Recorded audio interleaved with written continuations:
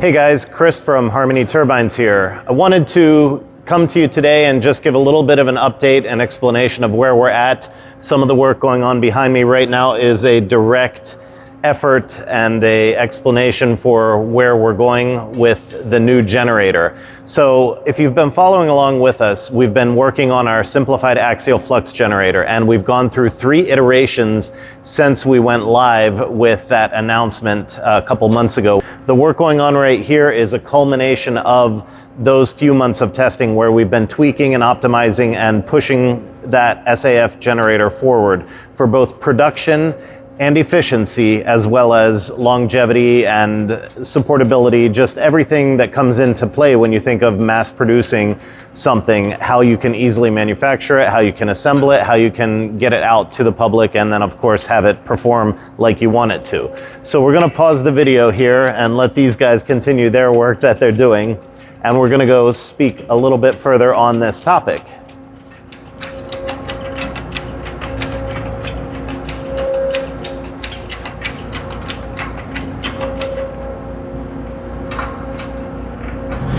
Okay, so back here at the assembly table where some of the really cool magic happens, wanted to just give you a little bit of an explanation of what's going on here in the iterations that we have gone through with our simplified axial flux generator. In front of me, we have different versions of our simplified axial flux generator. We started out with the reveal a couple months ago where we did our Generation 1 simplified SAF G1, and we had gone to a G2, and now we are on G3. So those 3 different iterations are where we were testing different coils that we were winding, number of turns, the shape of the coils, the thickness of the coils. We have been trying different magnet spacing. We have gotten through all of these iterations. We were testing, so you can see how things broke out and cracked.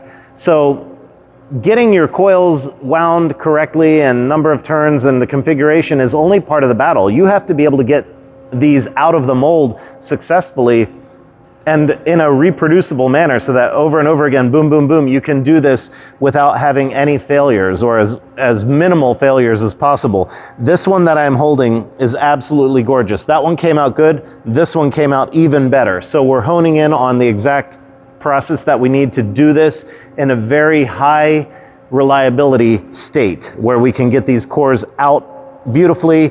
Minimal work that needs to be done, just cleaning up and deburring a little bit. So when we did our reveal back a few months ago, we were working with a simplified axial flux generator. Our version 1 was a single phase unit. Now we have actually gone to a 3-phase unit to get more power density out of things. So I'm not going to remove and show any of the secret sauce here, but this is our generator opened up right now, and this core was our second or third one that we poured with the 3-phase configuration.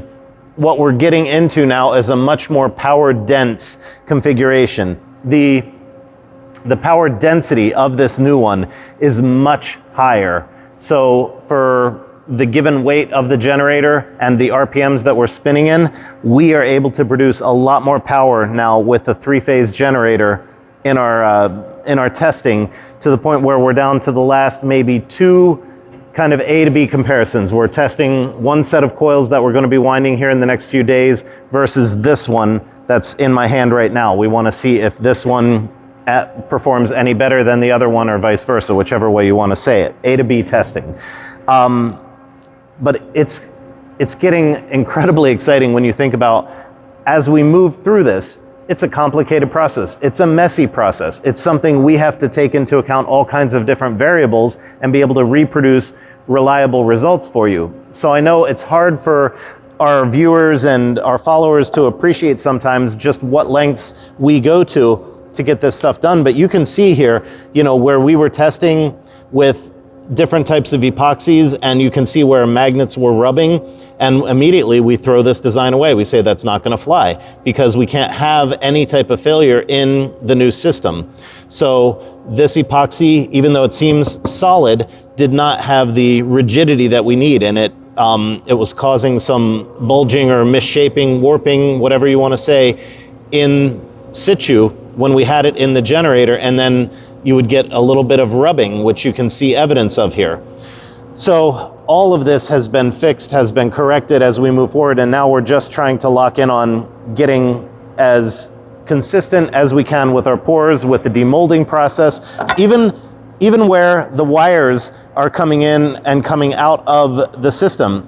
Even this process, how we come through there, is now getting to a very refined state.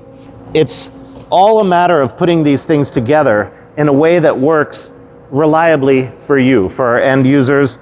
And some of the newer epoxies that we're looking at are actually black in color, so we won't have to worry about hiding things, because it'll be, some of the stuff over here was done in those black colors for early testing, but you literally would not be able to see anything. So that allows us to bring this technology to the world, and it becomes very difficult for another company to reverse engineer that. So all of these little things that we're doing are meant to protect your investment, to protect you, our customers, so that you can have a genuine product coming from us that is reliable, that gives you the performance you want, that you deserve, that you have waited for. And in the end, it gives us the security to put all of this intellectual property, the work, the sweat, the testing, everything that we've done to the task of now producing those reliable parts in a production environment where we're putting those out to our customers, basically you. And guys, it's exciting to be part of this process, to see how quickly this comes together and how quickly and rapidly we can move through the testing of failed designs, or I shouldn't even say failed, just designs that we're not completely happy with for one reason or another.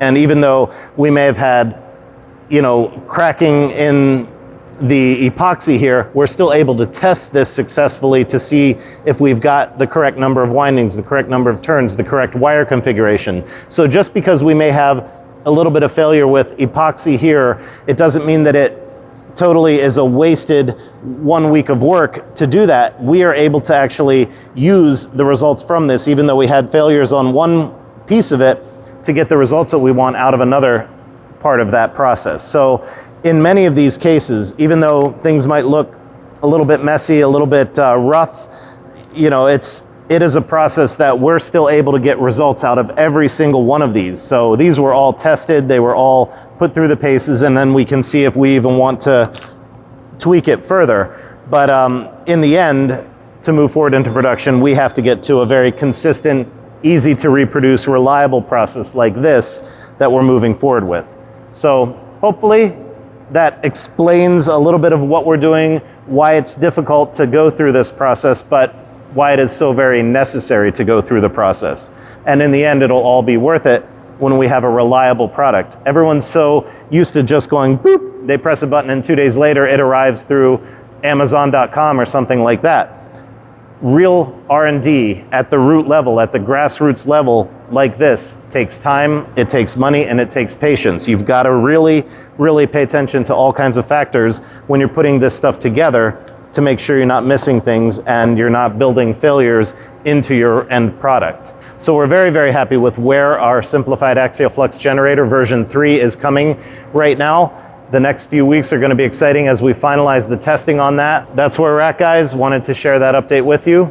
Thank you for following with us, for following along on our journey, for helping us with your investments, with sharing our goals, our links, our product to the rest of the world, and just being here on the journey with us, because that's in the end what it's all about. Because this is going to end up on your home or in your backyard or on your business, on your boat or your ship, or it's all about bringing the product to you that you're going to be happy with.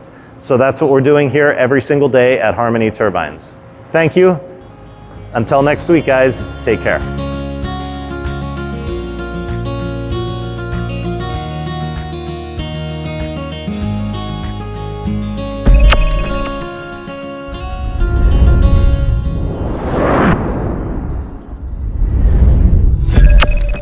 Harmony Turbines. We now have the power to change the world.